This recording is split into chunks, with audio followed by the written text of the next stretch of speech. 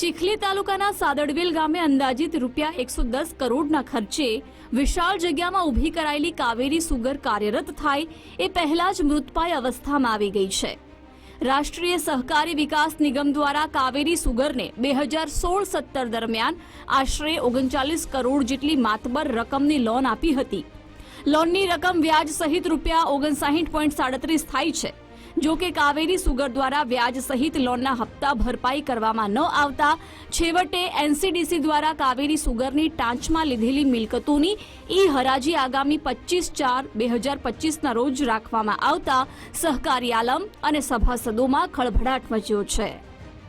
કાવેરી સુગરના જે અમે જાણવાનું મળ્યું પેપર દ્વારા એ અમને અમારી લાગણી દુભાઈ છે, કારણ કે અમારા ખેડૂત આગેવાનો તરીકે હોય અને અમારા આદિવાસી ખેડૂતોને કે કોલુ દ્વારા જે શોષણ થતું હોય અને અમારી આશા હતી કે કાવેરી સુગર ચાલુ થાય। કોલાવાળા એટલું બધું શોષણ કરે છે કે જેમ બને તેમ કાવેરી સુગર સત્વરે ચાલુ કરે એવી સરકારશ્રીને અમારા આદિવાસી ભાઈઓ ખેડૂતો ભાઈઓ તરફથી નમ્ર વિનંતી કે ગઈકાલના છાપામાં કાવેરી સુગર ફેક્ટરીની સાદડવેલ ખાતે આવેલી જમીનની હરાજી કરવા બાબતે એનસીડીસીએ જાહેરાત આપેલી છે।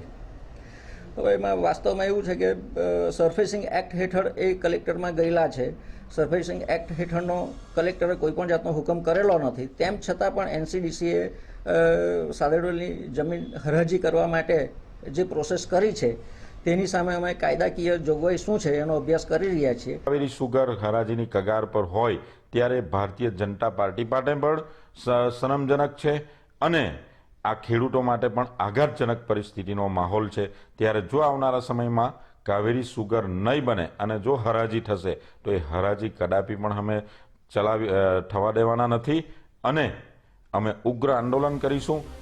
ડાંગ, વલસાડ, ચીખલી, વાંસદા અને ખેરગામના ખેડૂતો માટે જીવાદોરી સમાન કાવેરી સુગરની આ હાલતથી ખેડૂતોને ખૂબ જ નુકસાન થાય તેમ છે, જેથી વિરોધ પક્ષે પણ જો હરાજી કરવામાં આવશે તો ઉગ્ર આંદોલનની ચીમકી ઉચ્ચારી છે। Snehal Patel, Gujarat first news, Navsari.